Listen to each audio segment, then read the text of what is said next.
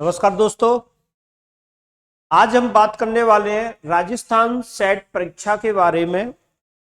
हालांकि इसका जो नोटिफिकेशन है वो 2 दिन पहले आ गया है, परंतु मुझे किसी कारणवश टाइम नहीं मिल पाया था। इस वजह से मैं पहले इसके बारे में आपको न्यूज़ देने के लिए आ नहीं पाया। जैसे आज मुझे टाइम मिला है तो मैंने आज सोचा कि आपको इन्फॉर्म कर दिया जाए राजस्थान सेट के बारे में। कई स्टूडेंट को इसको लेकर कुछ कंफ्यूजन भी है, वो कंफ्यूजन भी आज दूर हो जाएगा। तो मेरी कोशिश रहेगी कि मैं आपको इस सेट एग्जाम के बारे में आपको सारा क्लियर कर दूं। देखो, ध्यान रखना, इस बार राजस्थान में जो सेट परीक्षा हो रही है ये 9-10 साल के बाद हो रही है। लास्ट 2013 में हुई थी, अब ये आई है। तो कई सालों बाद ये एग्जाम आया, इसके बारे में ये नोटिफिकेशन आया है और इसकी काफी डिमांड की जा रही थी, क्योंकि आने वाले समय में राजस्थान असिस्टेंट प्रोफेसर की भी वैकेंसी आने वाली है। तो राजस्थान के जो छात्र छात्राएं थे वो काफी समय से डिमांड कर रहे थे कि राजस्थान सेट का नोटिफिकेशन निकाला जाए, इसका एग्जाम कराया जाए, ताकि राजस्थान के ज्यादा से ज्यादा स्टूडेंट्स असिस्टेंट प्रोफेसर की परीक्षा में बैठ सकें। तो गवर्नमेंट ने उनकी डिमांड सुनी और इसके बारे में उन्होंने फैसला लिया और ये अब 2023 में इसके बारे में ये नोटिफिकेशन आ गया। अब देखो इसमें क्या क्या है। पहली बात तो ध्यान रखना कि इस बार आरपीएससी इस एग्जाम को कंडक्ट नहीं कराएगी। इस एग्जाम को कंडक्ट कौन कराएगा? गोविंद गुरु ट्राइबल यूनिवर्सिटी बांसवाड़ा इसको कंडक्ट कराएगी। तो गोविंद गुरु ट्राइबल यूनिवर्सिटी को ही इस बार सेट की नोडल एजेंसी बनाया है और गोविंद गुरु ट्राइबल यूनिवर्सिटी ही क्या करेगी? इस बार एग्जाम कराएगी। तो गोविंद गुरु ट्राइबल यूनिवर्सिटी ने ही इसका नोटिफिकेशन निकाला है। ये नोटिफिकेशन 9 जनवरी 2023 को आया है और इस नोटिफिकेशन में ये जो नोटिफिकेशन निकाला है राजस्थान स्टेट एलिजिबिलिटी टेस्ट के लिए, ये 29 सब्जेक्टों के लिए नोटिफिकेशन निकाला है। यानी ध्यान देना, इस बार जो सेट का एग्जाम होगा वो 29 सब्जेक्ट के लिए होगा, यानी 29 सब्जेक्ट्स के लिए सेट एग्जाम होगा। और ये सेट एग्जाम कौन कराएगा? गोविंद गुरु ट्राइबल यूनिवर्सिटी कराएगी, ध्यान रखना। अब देखो इसमें क्या है कि पहली बात है कि जो एलिजिबिलिटी कंडीशन है उनके बारे में बात की गई है कि भाई कौन आदमी इस एग्जाम को देने के लायक होगा, यानी इस एग्जाम में बैठने की क्वालिफिकेशन क्या होगी। तो इसमें क्वालिफिकेशन है पोस्ट ग्रेजुएट डिग्री, यानी ऐसे स्टूडेंट जिन्होंने एमए या एमएससी या कह लो पीजी की हुई है या वो पीजी के इक्विवेलेंट किसी परीक्षा में बैठ रहे हैं या वो परीक्षा कर चुके हैं, वो लोग इसमें एलिजिबल होंगे। ध्यान रखना, जिन्होंने मास्टर डिग्री हासिल कर रखी है या मास्टर डिग्री के वो फाइनल ईयर में अपीयर है, तो ऐसे लोग इसमें बैठने के लिए एलिजिबल है। परंतु शर्त है, क्या शर्त है? कि यदि कोई जनरल कैटेगरी का आदमी है, जनरल कैटेगरी का है,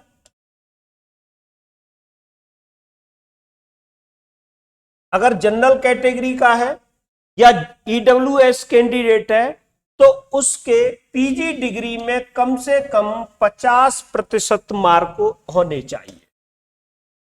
कम से कम 50% मार्क होने चाहिए, ध्यान रखना।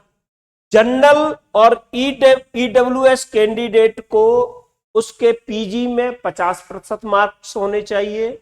और जो ऐसे लोग हैं जो ओबीसी कैटेगरी में, परंतु ध्यान रखना ओबीसी यानी नॉन क्रीमी लेयर ओबीसी, अगर जो क्रीमी लेयर ओबीसी है वो जनरल में काउंट होगा, ध्यान रखना। तो यहां पे अगर नॉन क्रीमी लेयर ओबीसी है या एससी कैटेगरी का है या एसटी कैटेगरी का है या दिव्यांग है या थर्ड जेंडर का व्यक्ति है, तो उसको उसकी पीजी डिग्री में 50% मार्क्स चाहिए। कहने का मतलब है कि ईडब्ल्यूएस वाले, क्रीमी लेयर वाले, ओबीसी वाले और जो जनरल कैटेगरी के लोग हैं उनको पीजी डिग्री में 50% चाहिए तो ये एग्जाम दे पाएंगे, और बाकी लोगों को 50% चाहिए तो ये एग्जाम दे पाएंगे। दूसरी कंडीशन क्या है कि यदि कोई व्यक्ति मास्टर डिग्री कर चुका है वो, या मास्टर डिग्री के इक्विवेलेंट कोई कोर्स कर चुका है वो, या वो मास्टर डिग्री के फाइनल ईयर के एग्जामिनेशन में अपीयर हो रहा है, तो वो व्यक्ति क्या कर सकता है, इस एग्जाम में बैठ सकता है। शर्त यह रहेगी कि अगर किसी कारणवश से उसका एग्जाम डिले होता है, यानी मास्टर डिग्री का जो एग्जाम दे रहा है वो एग्जाम डिले हो जाता है ना, या किसी वजह से वो दे नहीं पाता है और इधर ये सेट का एग्जाम हो जाता है, तो उसको क्या करना पड़ेगा, एक तो ये सिक्योर करना पड़ेगा कि सेट के एग्जाम के लिए जितनी मिनिमम परसेंट चाहिए वो परसेंट प्राप्त करनी पड़ेगी। दूसरी बात, उसको 2 साल के अंदर अपनी मास्टर डिग्री कंप्लीट करनी पड़ेगी। जिस दिन सेट का एग्जाम होगा, सेट का एग्जाम डिक्लेयर होगा, सेट का रिजल्ट डिक्लेयर होगा, उसके 2 साल के अंदर अंदर उसे अपनी मास्टर डिग्री कंप्लीट करनी पड़ेगी और रिक्वायर्ड परसेंटेज के साथ, तो ही ये डिग्री या कह लो ये सर्टिफिकेट उसका मान्य होगा, अदरवाइज नहीं होगा। मैं एक बार फिर बता देता हूं, जिन लोगों ने डिग्री ऑलरेडी कर रखी है, मास्टर डिग्री ऑलरेडी कर रखी है, 50% और 55%, 55% में जो आगे जनरल, ईडब्ल्यूएस और क्रीमी लेयर वाले ओबीसी, तो जनरल, ईडब्ल्यूएस और क्रीमी लेयर ओबीसी वाले हैं, उनको तो 55% चाहिए और बाकी लोगों को चाहिए 50%। तो ऐसे लोग हैं, अगर उन्होंने ऑलरेडी कर रखी है तो कोई दिक्कत नहीं है। बात ये हो रही है कि यदि कोई फाइनल ईयर में अपीयर हो रहा है और किसी वजह से उसका एग्जाम डिले हो जाता है, तो वो भी सेट का एग्जाम दे सकता है, और सेट में उसे क्वालिफाई घोषित कर दिया गया है, तो सेट का जिस दिन रिजल्ट आया है उसके 2 साल के अंदर अंदर उसे अपनी मास्टर डिग्री कंप्लीट करनी पड़ेगी विद रिक्वायर्ड परसेंटेज के अनुसार, है ना, ये ध्यान रखना। तीसरी बात क्या है कि जो थर्ड जेंडर कैटेगरी के लोग हैं वो क्या कहते हैं, उनको वो सारी छूटें होंगी, जो एससी, एसटी और पीडब्ल्यू कैटेगरी के लोग हैं वो सारी छूटें उनको होंगी, हालांकि उनका जो कट ऑफ क्राइटेरिया होगा वो सबसे कम होगा। और चौथी बात इसमें यह है कि सेट के एग्जाम में वो ही आदमी बैठ सकेगा या सेट के एग्जाम में उसी सब्जेक्ट के सेट दे पाएगा जिस सब्जेक्ट में उसने अपनी पोस्ट ग्रेजुएशन डिग्री हासिल की है, या वो पोस्ट ग्रेजुएशन का एग्जाम दे रहा है। जिस सब्जेक्ट से वो पोस्ट ग्रेजुएशन का एग्जाम दे रहा है या जिस सब्जेक्ट में उसने पोस्ट ग्रेजुएशन कंप्लीट की है, उसी सब्जेक्ट के सेट के एग्जाम में बैठ सकेगा, दूसरी सब्जेक्ट के सेट का एग्जाम नहीं दे सकता। अब देखो वैलिडिटी, यानी जो सेट का सर्टिफिकेट होगा उसकी वैलिडिटी क्या है। एक तो ध्यान रखना, इसकी वैलिडिटी आजीवन होती है। दूसरी, ये सेट का जो सर्टिफिकेट होगा या जब सेट का एग्जाम क्वालिफाई कर लोगे तो आपको क्या प्राप्त होगा, यानी आप किस चीज के लिए एलिजिबल हो जाओगे। तो एक तो ध्यान रखना, जो भी कॉलेज होते हैं, यूनिवर्सिटी होते हैं, उनमें जो लेक्चरर या असिस्टेंट प्रोफेसर का एग्जाम होता है, उस एग्जाम में बैठने के काबिल आप हो जाओगे। अगर आपने सेट का एग्जाम क्वालिफाई कर लिया तो आप असिस्टेंट प्रोफेसर या कॉलेज लेक्चर बनने के लायक हो जाओगे, या असिस्टेंट प्रोफेसर या कॉलेज लेक्चर का जो एग्जाम होगा उसमें बैठने के लायक हो जाओगे, एलिजिबल हो जाओगे। और इसकी वैलिडिटी ध्यान रखना आजीवन होती है, हमेशा के लिए। नेक्स्ट, पैटर्न ऑफ एग्जाम या कह लो स्कीम ऑफ टेस्ट, यानी जो परीक्षा होगी सेट की उसका पैटर्न क्या होगा, किस तरीके की स्कीम होगी, इस पे बात करते हैं। तो पहली बात तो ध्यान रखना, इसमें 2 पेपर होंगे, सेट के एग्जाम में 2 पेपर होंगे और दोनों पेपर क्या होंगे, ऑब्जेक्टिव टाइप होंगे, यानी वस्तुनिष्ठ प्रकार के मल्टीपल चॉइस के क्वेश्चन आएंगे। 2 पेपर होंगे, दोनों पेपर एक साथ होंगे, यानी बीच में कोई गैप नहीं होगा। दोनों पेपरों की 3 घंटे की अवधि होगी, यानी 180 मिनट होगी। परंतु ध्यान रखना, इसमें कोई आपको गैप नहीं दिया जाएगा। पेपर 2 होंगे, परंतु 2 पेपरों के बीच में कोई गैप नहीं होगा। दोनों पेपरों का जो सम्मिलित टाइम होगा वो 3 घंटे होगा। और 2 पेपर होंगे, पहला पेपर 100 नंबर का होगा जिसमें 50 क्वेश्चन होंगे, यानी हर क्वेश्चन 2 नंबर का होगा। और ये जो पेपर होगा, फर्स्ट पेपर होगा, ये सबके लिए कॉमन होगा, जनरल टाइप का होगा। इसमें क्या क्या आएगा, एक तो आएगा इसमें आपकी टीचिंग एप्टीट्यूड, दूसरा रिसर्च एप्टीट्यूड, फिर इसमें क्या आएगा, reasoning ability, reading comprehension, divergent thinking and general awareness of the candidate. यानी इसमें एक तो जो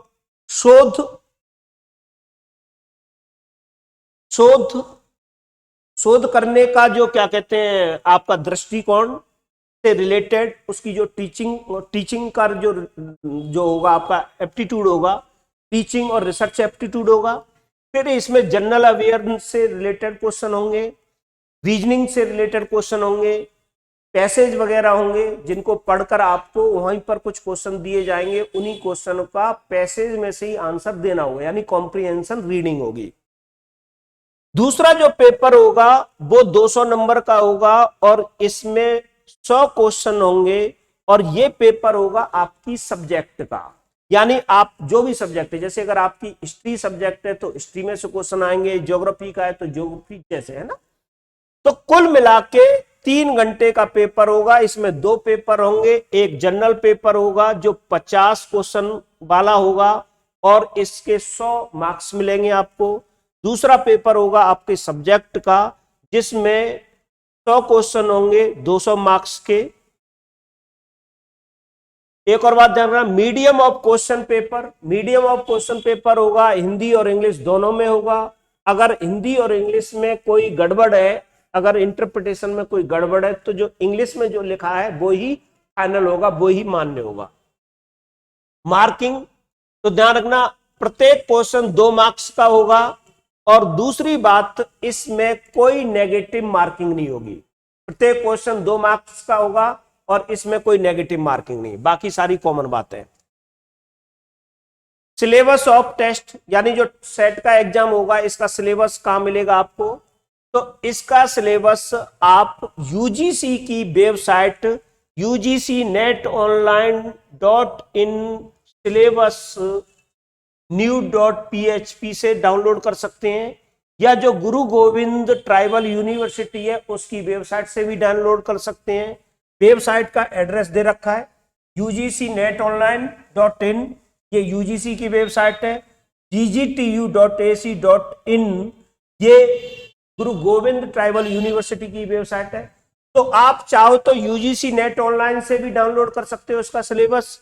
अगर आप चाहते हो कि जीजीटीयू की वेबसाइट से डाउनलोड करना चाहो तो वहां से भी कर सकते हो। दोनों ही वेबसाइटों पर यह सिलेबस अवेलेबल है, हिंदी में भी अवेलेबल है और इंग्लिश में भी अवेलेबल है। तो आप का जहां इच्छा करे वहां से आप डाउनलोड कर सकते हो।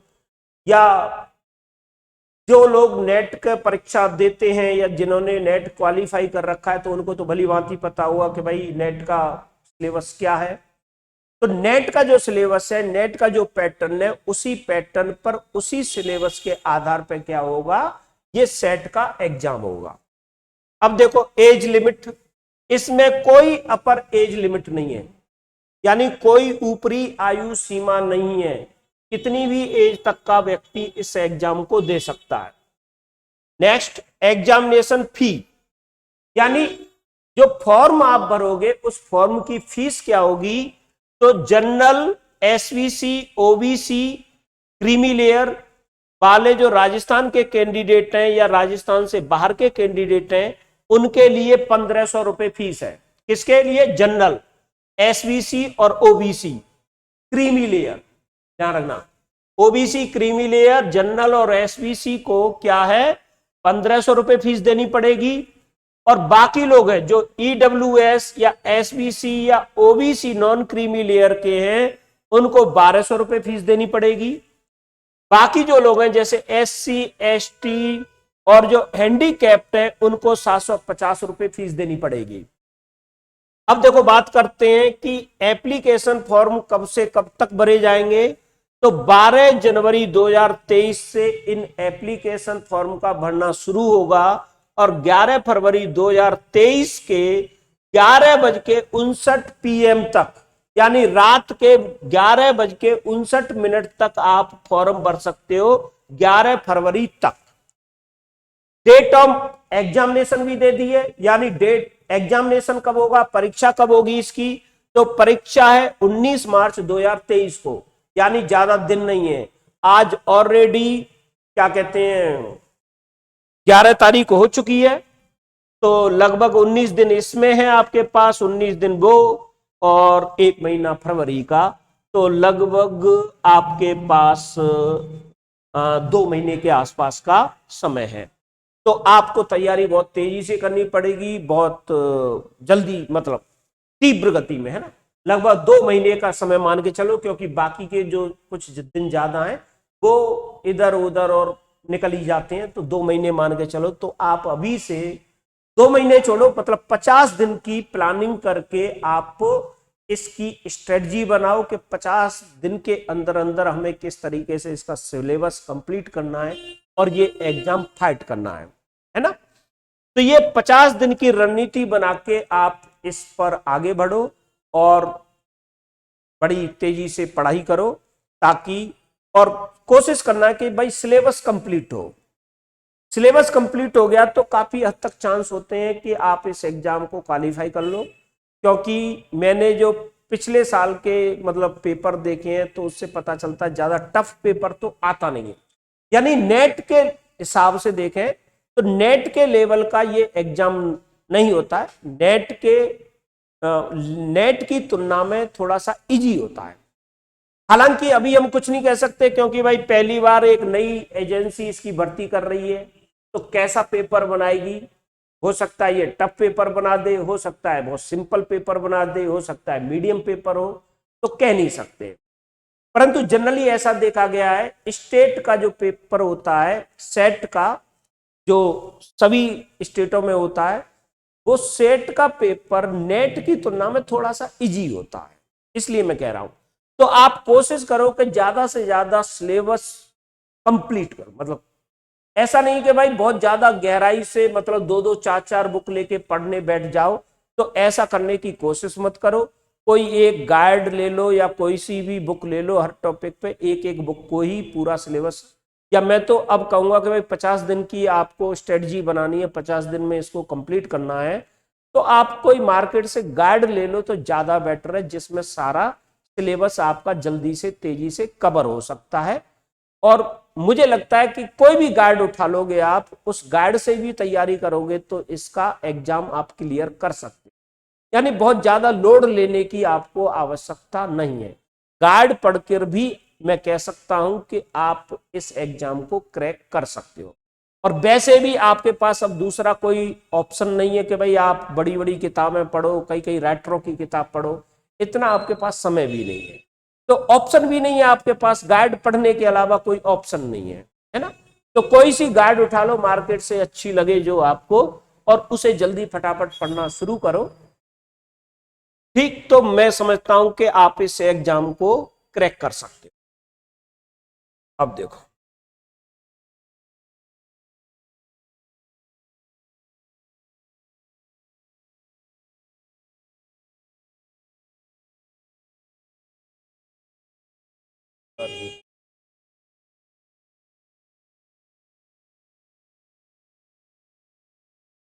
यार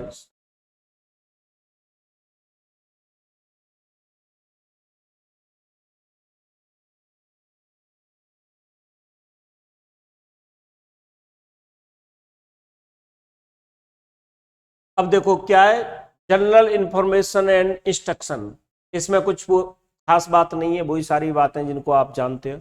अब देखो एक और बात आती है कि हाउ टू अप्लाई, फॉर्म कैसे अप्लाई करना है।